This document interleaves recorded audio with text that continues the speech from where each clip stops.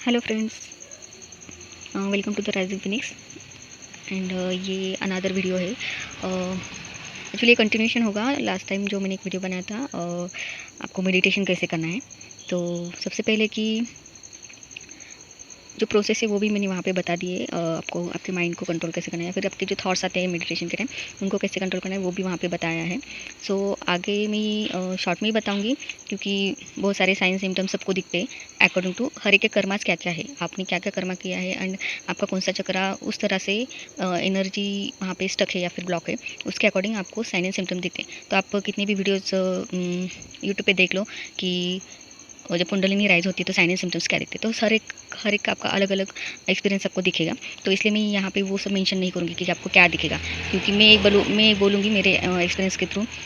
तो हो सकता है वो किसी के साथ मैच हो या फिर नहीं हो। तो एक्चुअली वो सब मायने नहीं रखता है कि आपको क्या क्या एक्सपीरियंस होता है।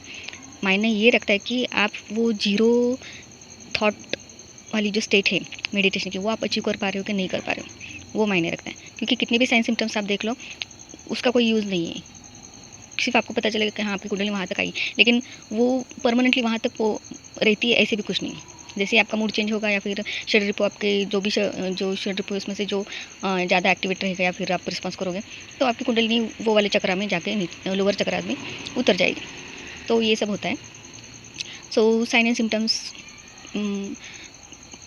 मेरे लिए उतने इंपॉर्टेंट अभी नहीं लग रहे। जिस स्टेज पे मैं अभी हूँ तो वहाँ पे मुझे वो सब इंपॉर्टेंट नहीं लगते। सिर्फ इंपॉर्टेंट इतना ही है कि आप वो जीरो थॉट वाला जो स्टेट है मेडिटेशन का, आप वो अचीव कर पा रहे हो कि नहीं कर पा रहे। क्योंकि जैसे आपकी कुंडलिनी लोअर चक्रा से उठ के ऊपर वाले चक्रा तक आती है, हार्ट चक्रा, मैं हार्ट चक्रा के ऊपर बात करूँगी। क्योंकि जो भवसागर होता है, भवसागर इन द सेंस आपके जो इमोशन का जो सागर बोलते हैं, तो वो होता है आपके मणिपुर चक्रा तक ही होता है। अभी जितने भी व्यूवर्स है या फिर जो भी प्रोसेस में है जिनको साइन एंड सिम्टम्स की ज़रूरत लग रही है कि हमारी कुंडलिनी कहाँ तक रहती है, क्यूरियोसिटी होती है, उस प्रोसेस से मैं भी गई हूँ। लेकिन लेकिन वहाँ पे जितना आप साइन एंड सिम्टम्स ढूंढते रहोगे ना, तो आप कंफ्यूज हो जाओगे। क्योंकि जितने भी आपको वीडियोज़ या फिर मटेरियल अवेलेबल मिलेगा, साइन एंड सिम्टम्स अवेलेबल मिलेंगे इंटरनेट पे, यूट्यूब पे, तो वो सबके अपने अपने एक्सपीरियंसेस है या फिर किसी और के एक्सपीरियंसेस उन्होंने शेयर किए हुए। तो वही मैं बता रही हूँ कि उन लोगों के जो जो कर्माज होंगे उस हिसाब से उनको एक्सपीरियंसेस होते हैं कुंडलिनी राइज के टाइम पे। अगर किसी ने पास्ट लाइफ में बहुत सारे बुरे कर्म किए हैं, रूट चक्रा से रिलेटेड जितने भी हमारे इमोशंस होते हैं, तो उससे रिलेटेड जितने भी किए होंगे, तो उसको जब भी कुंडलिनी राइज होगी उसमें वहाँ पे पेन होगा या फिर उस रिलेटेड उनके सिम्टम्स आएंगे या फिर ट्रिगर्स आएंगे उनको। उनके जो साइन सिम्टम दिखेंगे, उनको एंगर इशू होगा, मटेरियल वर्ल्ड की डिज़ायर ज़्यादा रहेगी। मतलब समझ में आ रहा होता है कि इसको कंट्रोल करना है, ये गलत है, लेकिन फिर भी वो इमोशंस राइज होती है जब हमारी कुंडलिनी राइज होती है, जब रूट चक्र एक्टिवेट होता है तब। तो ये सिर्फ एग्जाम्पल से बताया मैंने। तो ये सब होता है। फिर ऊपर वाला जो चक्र है सेक्सुअल सैक्रल चक्र जो है हमारा, तो उससे रिलेटेड जो फिजिकल नीड की जो ड्राइव है या फिर क्या बोलते हैं उसको, मटेरियल वर्ल्ड एंजॉय करने का जो इमोशन है, वो ज़्यादा एक्टिव होगा। तो ऐसे कुछ ट्रिगर्स आते हैं जब हमारी कुंडलिनी राइज होती, क्योंकि क्योंकि ट्रिगर आने के बाद ही जो हमारा रिएक्शन जाएगा वही डिसाइड करेगा कि हमारी कुंडली कहाँ तक राइज हुई है या फिर हमने कहाँ तक उसको हमारे माइंड को कंट्रोल किया हुआ है।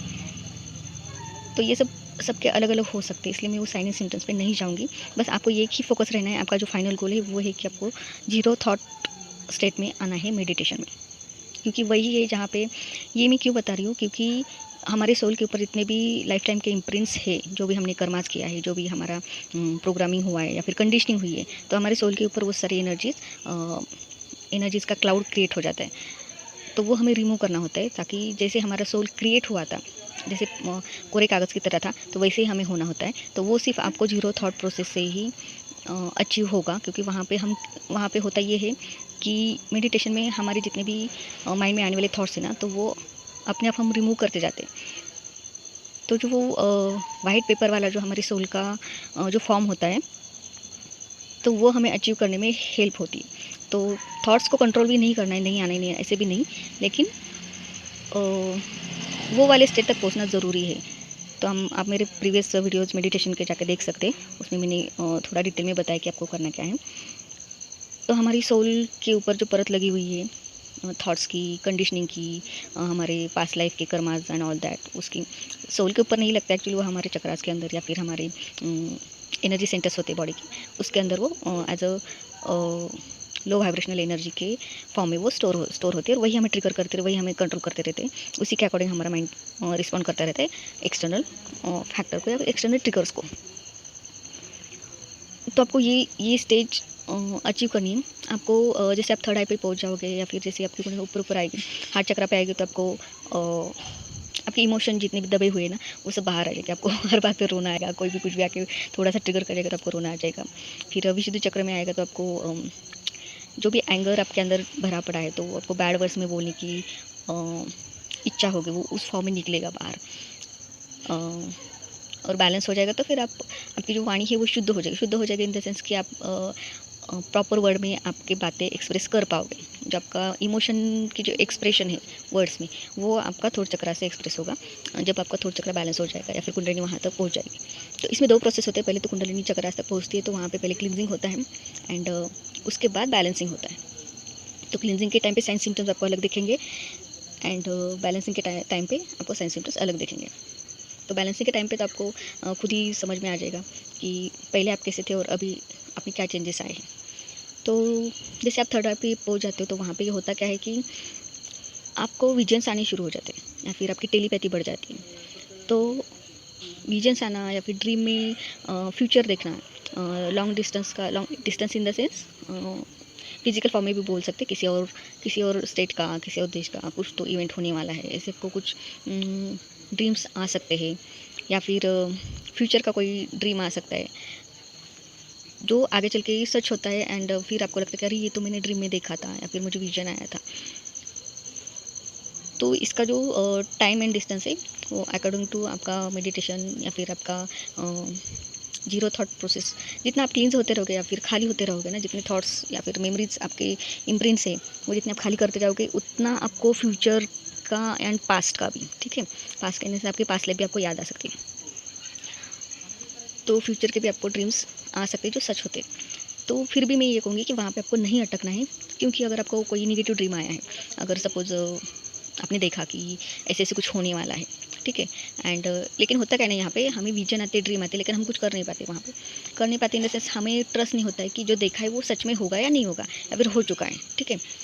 तो जब वो इवेंट होता है, जब वो घटना घटती है, तब हमें रियलाइज़ होता है कि अरे ये तो मैंने ड्रीम में देखा, मतलब मेरा मेडिटेशन यहाँ तक पहुँचा, या फिर मेरी कुंडलिनी थर्ड आई तक पहुँची। तो यहाँ पे एक ईगो आ जाता है। एक्चुअली बड़ी शेमफुल बात होती है कि अगर आपने विजन देखा था, फ्यूचर देखा था, कोई बैड घटना होने वाली है, लेकिन आपने उसके लिए कुछ नहीं कर पाए, मतलब आप कर नहीं पाए, उस इवेंट को चेंज नहीं कर पाए। लेकिन जब वो इवेंट हो जाता है, तब कुछ लोग बड़े प्राउडली बताते हैं कि अरे मेरा तो ड्रीम सच हो गया। एक्चुअली बड़ी शेमफुल बात है वो कोई प्राउडली कहने की बात नहीं है, ठीक है। अगर आप उसमें कुछ कर पाते हो, चेंज कर पाते हो, तब जाके वो आपका थर्ड आई जो होता है वो कम्प्लीटली एक्टिव हुआ है, ऐसे हम समझते हैं। क्योंकि जब आपके विजन्स या ड्रीम पे आपको भरोसा हो जाता है कि ऐसे कुछ होने वाला है, तब जाके जब आप एक्शन लेते हो, तब उसको बोलते हैं कि एक्चुअली आपकी कुंडलिनी थर्ड आई तक पहुंची, या फिर आपका थर्ड आई कम्प्लीटली एक्टिव हो गया है, ठीक है। और थर्ड आई पे जब आपकी कुंडलिनी आ जाती है, तब आपको बहुत सारा विजडम मिलने से पहले नॉलेज मिलता है। नॉलेज के थ्रू आपको बहुत सारी बातें पता चलती है कि ब्रह्मांड कैसे काम करता है, एनर्जीज कैसे काम करती है। जैसे अभी पता है कि टेलीपैथी बढ़ जाती है, किसी के थॉट्स आपको पढ़ने में आ जाते हैं, फिर वो समझ में आता है कि किसी का कॉल आने वाला है। एंड नॉलेज जब मिलता है थर्ड आई पे, आपको जितना भी नॉलेज मिलेगा वो आपको थर्ड आई पे मिलेगा, क्योंकि थर्ड आई को ही बोलते हैं कि ज्ञान चक्षु जिसे बोलते हैं ना, वो थर्ड आई होता है। तो आपको ज्ञान थर्ड आई पे मिलेगा। लेकिन क्या होता है ना कि जब थर्ड आई पे कुंडलिनी किसी भी साधक की चली जाती हैं, तो वहाँ पे जितना भी नॉलेज मिल रहा होता है, या फिर फ्यूचर देखना जब वो शुरू कर देते हैं, तो वही एक प्लेन पे अटक जाते हैं, उससे ऊपर नहीं उठ पाते। वही फ्यूचर देखना, ड्रीम देखना, फिर उसके बारे में बातें करना, सबको बताना, अरे मेरा ड्रीम सच हो गया, मेरा ड्रीम सच हो गया। लेकिन उतना सब करने के बाद भी वो फाइनल एम नहीं है हमारा, क्योंकि ये जर्नी जो है स्पिरिचुअल जर्नी या फिर ट्विन फ्लेम जर्नी, इसे हम मोक्षा की जर्नी कहते हैं, कि हमें लाइफ एंड डेथ की जो साइकिल है उससे बाहर निकलना है। तो थर्ड आई पे आपको बहुत सारा नॉलेज मिलेगा। वहाँ पे बहुत सारे टेस्ट जिनको जितना नॉलेज मिलता है जितना आपको नॉलेज मिलेगा, और उसमें से जितनी भी विजडम आपको मिलेगी, तो इंसान हम्बल बन जाता है। लेकिन अगर एरोगेंस आ गया, तो आपकी कुंडली वहीं से सिर्फ थर्ड आई, वही मतलब थर्ड आई के ऊपर चढ़ेगी नहीं, वहाँ से नीचे जाएगी, ऊपर आएगी, नीचे जाएगी, ऊपर आएगी, बस इतना ही होगा, लेकिन उस पर्सन को समझ में नहीं आए समझ में ही नहीं आएगा कि उसकी कुंडलिनी वहीं पे अटकी पड़ी है। वो ज्ञान के पीछे भागेगा, मतलब ज्ञान की जो भूख है ना वो उसकी ख़त्म नहीं होगी। और ब्रह्मांड में इतना सारा ज्ञान है ना, जितना भी कुछ सीखोगे हर बात पे कुछ नया आपको आपके सामने आएगा। क्योंकि क्या है ना, हम मल्टीवर्स में रहते हैं और एक ही चीज़ को मल्टीपल तरीके से देखा जा सकता है। लाइक कि एक ही चीज़ के लिए 10 लोगों के 10 ओपिनियन हो सकते हैं, सबका अंडरस्टैंडिंग अलग अलग हो सकता है। तो दैट डजंट मीन कि हमने जो समझा है वही सामने वाले को भी समझ में आएगा, या फिर जो हमने समझा है वही परमानेंट है या वही सत्य है। तो यही एक ट्रिक होती है सबसे बड़ी, जो स्पिरिचुअल मैट्रिक्स का एक स्पिरिचुअल मैट्रिक्स का रेलम बोल सकते हैं कि यहीं पे सबसे बड़े बड़े महाज्ञानी लोग फंस जाते हैं। उनको लगता है कि हमने जो अंडरस्टैंड किया है यूनिवर्स के बारे में तो वही सत्य है, और वो लोगों को चिल्ला चिल्ला के बोलते हैं कि देखो ऐसे ही है। और उनमें घमंड इतना आ जाता है कि उनको लगता है कि मुझे जो फॉलो कर रहे हैं, जो मुझे मेरी बातें मान रहे हैं वो सही है या फिर वो अच्छा है, और जो उनको मिरर करता है या फिर उनकी बातें नहीं मानता है या फिर ठीक है हमारे भी एक अलग ओपिनियन हो सकता है, ऐसे करके जो उनको उतना इम्पोर्टेंस नहीं देते। तो वो वही बैठे रहते, फिर उनके शटर को एक्टिवेट हो जाते हैं कि जो उनको फॉलो नहीं कर रहे, या फिर उनके थॉट प्रोसेस को अगर किसी ने चैलेंज कर दिया, या फिर हो सकता है ना कि अगर सामने वाले को उस एक चीज़ के बारे में ज़्यादा कुछ पता नहीं, लेकिन उसने कुछ क्वेश्चन अज्ञानता की वजह से उसने कुछ क्वेश्चन पूछा, तो ये जो ज्ञानी पर्सन होता है ना जिसके थर्ड आई एक्टिवेट होता है, उसको ज्ञान मिलता है, तो वो उसका ना एक्चुअली होता है कि उसका हार्ट चक्र क्लोज हो जाता है वो टाइम पे। तो वो क्या करते हैं कि फॉलोअर्स को एटीट्यूड दिखाएंगे, उनको बोलेंगे कि अरे तुमने ये एक्सपीरियंस किया क्या, नहीं किया है, तुम्हारी कुंडलिनी वहाँ तक गई क्या, नहीं गई है, तो फिर मुझे ये क्वेश्चन मत पूछो। तो इनके ज्ञान का कोई यूज़ ही नहीं होता है, क्योंकि इस ज्ञान में उनको एटीट्यूड दिखाना, सामने वाले को ह्यूमिलेट करना, ये उनकी एक्टिविटी वहाँ पे नज़र आती है। तो यहाँ पे उनकी कुंडलिनी जो होती है वो थर्ड आई से नीचे गिर जाती है। तो थर्ड आई पे बहुत सारे ट्रैप होते हैं, स्पेशली आपके ज्ञान के भी बहुत सारे टेस्ट होते हैं, क्योंकि जब आपको ज्ञान मिल जाता है तो आपका बिहेवियर कैसा होता है, क्योंकि जब आपको ज्ञान मिलता है तब इंसान हम्बल हो जाता है, जब आपको समझ में आता है कि यूनिवर्स कैसे काम करता है, आपको यूनिटी में आना है। मतलब जो कहा जाता है जे पिंडी ते ब्रह्मांडी, मतलब जो आपके अंदर है वही बाहर है, जब आपको ज्ञान मिल रहा है वही सामने आपको अप्लाई भी करना है। ऐसे नहीं कि सामने वाले को एटीट्यूड दिखना है, देखो मेरी कुंडली यहाँ तक गई है तो मुझे बहुत सारा ज्ञान मिल रहा है, मैं कितना काम कर रहा हूँ, और आप लोगों को आप लोगों को कुछ नहीं आता है। तो बट ऑब्वियसली फिर किसी ने पूछा भी नहीं ना आप लोगों को कि आपका ज्ञान बांटो करके। मतलब हम खुद ही बांटना शुरू कर देते हैं, या फिर हमें ट्रिगर भी वैसे मिलते हैं सामने से, क्योंकि व्यूअर्स जो होते हैं या फिर हमारे सराउंडिंग के जो पीपल होते हैं वो उनको तो पता नहीं ना आपकी कुंडलिनी जागृत हो रही है या फिर आपको इतना ज्ञान मिल रहा है, तो वो अज्ञानता की वजह से आपके साथ बिहेव कर रहे होते हैं या फिर क्वेश्चन पूछते हैं। तो उसके ऊपर आपका जो रिएक्शन जाएगा वो डिसाइड करेगा कि आपकी कुंडलिनी वहाँ तक थर्ड आई तक रहेगी या नहीं रहेगी। ठीक है, एंड उसके आगे की जो जर्नी है थर्ड आई के ऊपर सहस्त्रा तक जाने की, तो वहाँ पे आपको एक गैप मिलेगा, क्योंकि आपकी जो सुषुम्ना नाड़ी है वो आपकी थर्ड आई तक जाके ही रुकेगी, लेकिन उसके ऊपर की थर्ड आई टू सहस्त्रा चक्र तक का मैं बोलूँगी, बाकी चक्र के बारे में बाद में बात करेंगे। मोटा मोटा अगर मैं बताऊँ कि सहस्त्रा तक अगर आपको जाना है तो वो जो बीच वाला गैप है ना, तो वहाँ पे कोई नाड़ी नहीं जाती है, तो वहाँ पे एक अंधेरा टाइप का हम बोल सकते हैं उसको, एक गुफा बोल सकते हैं। तो आपको मेडिटेशन में एक समय के बाद जैसे आपको ज्ञान मिलेगा, vision psych and all that, तो उसके बाद आपको एक जब आपकी कुंडलिनी थर्ड आई तक पहुंच रही होती है ना, तब आपको एक वाइट कलर की लाइट दिखेगी या फिर आपको लाइट दिखेगी, ऐसे लगे कि आप लाइट के अंदर बैठे हो। ठीक है, लेकिन उसके आगे फिर क्या होगा ना, जब आपकी कुंडलिनी थर्ड आई से सहस्त्र तक जाने लगी ना, तो आपको एक गुफा वाला जो अंधेरा होता है ना वो आपको नजर आएगा। फिर हम कंफ्यूज हो जाते हैं कि पहले तो मुझे विजन्स आते थे, मुझे लाइट दिखती थी, अब कहाँ गया वो सब। ठीक है, तो वहाँ पे घबराना नहीं है, आपको आपका प्रोसेस जारी रखना है, आपको मेडिटेशन का प्रोसेस जारी रखना है। वो होती है गुफा जहाँ पे आपकी कुंडलिनी सहस्त्रार तक जा रही होती है।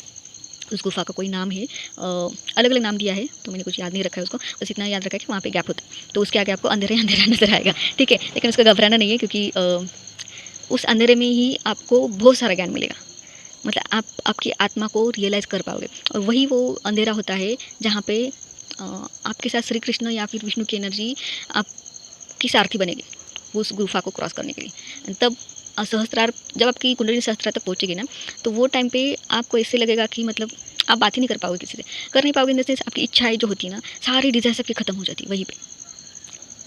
मतलब समझ में सब कुछ आ रहा होता है, सामने वाले पर्सन में आप खुद एक परमात्मा का एक अंश उसमें देख रहे होते हैं। आपको एनिमल्स वहाँ पे आपको अट्रैक्ट होंगे, एनिमल्स सबको हार्ट चक्कर पे भी अट्रैक्ट हो जाएंगे। एनिमल्स की लैंग्वेज आपको समझ में आएगी। इनफैक्ट आप एनिमल कॉन्शियसनेस जो होता है ना, तो वो वाले रिलम से भी आप कनेक्ट कर जाओगे। लाइक अभी अगर मैं मेरा एग्जाम्पल से बताऊँ तो मेरे घर में 9 कैट है, तो मतलब हमारी जो फर्स्ट वाली कैट थी तो उससे मेरा बहुत ज़्यादा लगाव है। तो तो 3-4 दिन के लिए ऐसे ही गायब बीच बीच में गायब हो जाती है, तो 2 दिन के लिए गायब हो जाती है। उसके छोटे छोटे 2 बच्चे भी होते हैं, तो मुझे बहुत बड़ी केयर होती है उनकी कि वो छोटे बच्चों को कोई अदर कैट या फिर जो मेल कैट होते हैं वो मार देते हैं ना उनको, छोटे बच्चों को। जब वो मिलती नहीं या फिर 2 दिन घर नहीं आती ना, तब मैं क्या करती हूँ, तो टेलीपैथिकली मैं उसको बुलाती हूँ एंड विदिन 10 मिनट वो आ जाती है। और ये एक बार नहीं, बहुत बार हुआ है, बहुत बार। तो अभी मेरे घर वालों को भी पता चल गया है कि ये ऐसा कुछ करती है। तो जब आपकी कुंडली सहस्त्रार तक चली जाती है, तो जो भी नॉलेज आपको मिला है, तो वो जो परम तत्व का जो नॉलेज होता है ना, उससे आप उस नज़र से दुनिया को देखना शुरू कर देते हो। आपको वो परम तत्व हर एक चीज़ में आपको नज़र आएगा। फिर आपको ये नहीं लगेगा कि हमारे पेरेंट्स नार्सिस्टिक है, उनके अंदर सोल ही नहीं है, या फिर वो हमारे कार्मिक पार्टनर है, and all that and all that. तो ये सारा जो प्रोसेस है, हमारी लाइफ का जो स्ट्रगलिंग है ना, तो उस सारे स्ट्रगलिंग का मीनिंग आपको समझ में आ जाता है कि क्यों हो रहा है। और उसके बाद जितने भी ट्रिगर्स आते हैं, तो आप ईजिली उनको हैंडल कर जाते हो। तो सहस्त्रार तक जब कुंडलिनी चढ़ती है, तब आपके स्पिरिचुअल जो गिफ्ट्स होते हैं ना, वो सारे हाइटन हो जाते हैं, या फिर मैं कहूँगी एक्टिव हो जाते हैं। आपका मैनिफेस्टेशन पावर जो होता है ना, वो आपका थर्ड आई पे भी एक्टिवेट हो जाता है। लेकिन उसका जो टाइमिंग होता है ना मैनिफेस्टेशन का, तो वो थोड़ा सा लंबा हो जाता है। लेकिन जब सहस्त्रार तक चढ़ जाता है तो मैनिफेस्टेशन इमीडिएट हो जाता है आपका। मतलब अभी आपने कुछ सोचा, तो 1 घंटे के अंदर, 2 घंटे के अंदर वो इवेंट हो गया, ठीक है। तो ये थर्ड एंड सहस्त्रार के कॉम्बिनेशन में वो सब चलता है। सहस्त्रार पे कुंडलिनी जाने के बाद जो भी एक्सपीरियंस होते हैं, उसमें बहुत सारी चीज़ें आ जाती है। लेकिन मैं इतना ही कहूँगी कि वहाँ पे आपको ब्लिस की एनर्जी महसूस होगी। ब्लिस इन द सेंस, इतना सुकून ना, आप ट्विन के पीछे भागोगे, आपकी ट्विन को पाने की डिज़ायर ही ख़त्म हो जाएगी। इनफैक्ट आपकी लाइफ के सारे डिज़ायर्स ख़त्म हो जाएंगे ना। आप जो वो हैप्पी परमानंद जिसे बोलते हैं ना, वो आपको महसूस होगा कि फिर आपको लगेगा कि यार ये लाइफ कितनी ब्यूटीफुल है। या फिर जो रियल मोक्षा का स्टेट होता है ना, वो आपको फील होगा वहाँ पे। बाकी सब चीज़ें वहाँ पे आपको कितने स्पिरिचुअल गिफ्ट्स मिलेंगे, क्या क्या मिलेगा, क्या क्या होगा, क्या क्या नहीं, आप उसका कैसे यूज़ करोगे ना, ऑल दैट, वो बहुत सारी बातें। लेकिन होता क्या है ना कि वहाँ पे पहुँचने के बाद आप आपके गिफ्ट भी यूज़ नहीं करते हो ना, आप मैनिफेस्ट करते हो। मुझे जो अभी जो मेरा इतना जो गैप हुआ है वीडियोस बनाने का, तो उसके बीच में जो भी मेरे लाइफ में हुआ है, तो लाइक इट्स लाइक मिरेकल। मतलब जब आप सहस्त्रार तक पहुंचते हो, तो आप ना दूसरे पर्सन के कॉन्शियसनेस में भी टैप कर जाते हो। आप हायर रियलम के कॉन्शियसनेस भी टैप कर जाते हो। जैसे कि मैं बीमार थी, तो जितने भी डाउनलोड्स हो रहे थे, तो वो मुझे वीडियोज़ के थ्रू मैं बता नहीं पा रही थी किसी को, या फिर मैं वीडियोज़ नहीं बना पा रही। तो हुआ ऐसे कि जो लोग मुझे जानते हैं पर्सनली, या फिर मैंने जिनको गुरु माना है, तो होता ऐसे था कि जो थॉट्स मेरे माइंड में चल रहे होते थे, या फिर जो भी स्पिरिचुअल डाउनलोड्स मुझे हुआ है, तो उसके रिगार्डिंग वीडियोज़ वो बना रहे थे। तो मुझे समझ में नहीं आता कि ये क्या चल रहा है। फिर बाद में रियलाइज़ हुआ कि ये यूनिवर्स का गिफ्ट होता है कि हम उनके कॉन्शियसनेस में टैप इन कर जाते हैं, या फिर आपके थॉट्स वहाँ तक पहुँच जाते हैं, फिर यूनिवर्स आपके लिए काम करना शुरू कर देता है। तो कि आपके थॉट्स वहाँ तक पहुँच जाते हैं और वो आपके लिए कोई और काम करना शुरू कर देता है। तो वो मेरे साथ 6-7 अभी रिसेंट के जिनकी जो वीडियो देखे मैंने, तो वो सारे थॉट्स ऑलरेडी मुझे डाउनलोड हुए थे। एंड हाँ, बट ऑब्वियसली पूरा का पूरा एक्सप्लेन शायद उन्होंने नहीं किया, फिर उनका जो अंडरस्टैंडिंग उसके हिसाब से किया। लेकिन ठीक है, 50% मुझे जो डाउनलोड था वो उसमें से उन्होंने मेंशन किया हुआ है। तो मतलब मैं भी खुद वीडियो बनाऊंगी उसके ऊपर, लेकिन सिर्फ एक एग्जांपल बता रही हूँ। तो मैं ये नहीं कह रही हूँ कि मेरी कुंडली अभी सहस्त्रार तक चढ़ चुकी है ना, ऑल दैट। मुझे नहीं पता मेरी कुंडली कहाँ तक पहुँची, क्योंकि मुझे इस लाइफ में कोई भी एक्सपीरियंस नहीं हुआ है। चक्रा जो घूमते हैं, बोलते कि चक्रास घूमते हैं जब आप कुंडली में राइज होते हैं ना, ऑल दैट। क्योंकि एक डीएफ को मैंने पूछा था, जिसने दावा किया था कि उसकी कुंडलिनी सहस्त्रार तक रहती है हमेशा, एंड उसको स्पिरिचुअल एस्ट्रोलॉजी डाउनलोड होती है ना, तो मुझे लगा कि शायद वो मेरी हेल्प करेगी। तो मैंने पूछा कि मुझे ऐसे कोई एक्सपीरियंस नहीं हुआ है आज तक, लेकिन फिर भी मुझे टेलीपैथी जो होती है, या फिर डाउनलोड जो होते हैं, विजन जो आते हैं, वो सब मेरे साथ होता है सके। तो मुझे लगा वो आंसर करेगी, कुछ तो हेल्प करेगी, लेकिन उसने किया नहीं। लेकिन मुझे आंसर ऑलरेडी पता था कि अगर आपने पास्ट लाइफ में इतनी साधना की है, तो आपको इस लाइफ में कोई भी साइन सिम्टम दिखेगा नहीं। लेकिन आपको जो मिलना है स्पिरिचुअल गिफ्ट्स, आपको मिलकर रहेंगे। तो इसलिए मैंने कुंडलिनी जागरण के साइन सिम्टम्स के ऊपर ज़्यादा स्ट्रेस नहीं दिया है। एंड उसमें भी कुंडलिनी जागरण में भी राइट एंड लेफ्ट कुंडलिनी जागरण भी होता है, लाइट एंड डार्क वाली कुंडलिनी जागरण भी होता है। उसके ऊपर भी मैं एक वीडियो बनाऊंगी, क्योंकि अगर आपकी डार्क साइड की अगर कुंडलिनी जागृत हो गई तो तो आपको भूत नज़र आएंगे, ठीक है। आपको लोअर रिलम की एंटिटीज़ आपको नज़र आएंगे, ठीक है। अगर आपकी लाइट वाली जो कुंडलिनी जागृत हो गई तो आपको हायर रिलम दिखेगा, या फिर जो अच्छी अच्छी बातें लाइट साइड की जितनी भी देवी देवता है ऑल दैट, वो सब आपको दिखेंगे, या फिर उस साइड का ज्ञान आपको मिलेगा। तो इसके ऊपर अभी बताऊँ या फिर मैं बाद में एक वीडियो बनाऊंगी, पता नहीं, ठीक है, मैं अभी बोल देती हूँ। अगर आपका मेडिटेशन में ऐसे हो रहा है कि हाथ से आपके अचानक से आपके मुद्राज बन रहे हैं, या फिर आपका जिस पोस्चर में बैठे हो आपका पोस्चर चेंज हो रहा है ऑटोमेटिक, लेकिन चेंज हो रहा है इन द सेंस व्हाट, अगर आप सामने नाक रगड़ रहे हो, सामने झुके जा रहे हो मेडिटेशन का एक रूल होता है कि आपको स्ट्रेट लाइन में बैठना पड़ता है। ज़रूरी नहीं कि बहुत ही स्ट्रेट बैठना है, आपको जैसे कंफर्टेबल लगे वैसे, लेकिन स्ट्रेट ही होना चाहिए। ऐसे नहीं कि आप आगे झुके हो एंड आपका नाक रगड़ रहे हो नीचे। अगर आप ऐसे कर रहे हो, अचानक से आपकी मुद्राएं चेंज हो रही है, दैट मीन्स कि आपका बॉडी कंट्रोल छूट गया है एंड आपके बॉडी को कोई और हैंडल कर रहा है, ठीक है। लोग बोलते हैं कि ये कुंडलिनी राइज के टाइम पे होता है, तो नहीं होता है, क्योंकि जिस मैट्रिक्स में हम रहते हैं वहाँ पे डार्क फोर्सेस ज़्यादा एक्टिव है, तो मेडिटेशन में पूरा कंट्रोल भी नहीं खोना होता है। अगर आप नाक नीचे रगड़ रहे हो तो जान लो कि आपको कोई डार्क एंटिटी आपको हैंडल कर रही है, आपने उसके सामने नाक रगड़ा है मेडिटेशन के अंदर, एंड वो एंटिटीज़ भी आपको देवी देवता के रूप लेके आएंगे आपके सामने, आपसे बात भी करेंगे। हमें लगा कि हम देवी देवता से बात करें, लेकिन नहीं, ठीक है। तो ये बहुत सारे ट्रैप होते हैं, मैं डराना नहीं चाह रही हूँ किसी को भी, लेकिन वो सारी चीज़ों पे मैं बात भी नहीं करूँगी। अगर हमें लाइट की तरफ जाना है तो मैं लाइट का ही मैं साथ दूँगी, या फिर मैं उसी के बारे में बात करना पसंद करूँगी। तो डार्क फोर्सेस के बारे में हम बात नहीं करेंगे, ठीक है। So thank you so much. बहुत ज़्यादा मैंने एक्सप्लेन नहीं किया है, बस हिंट आपको मिल गई होगी, या फिर ओवरऑल मुझे जो कहना है वो आपको समझ में आ गया होगा, ऐसे मैं एक्सपेक्ट कर रही हूँ। तो thank you so much friends.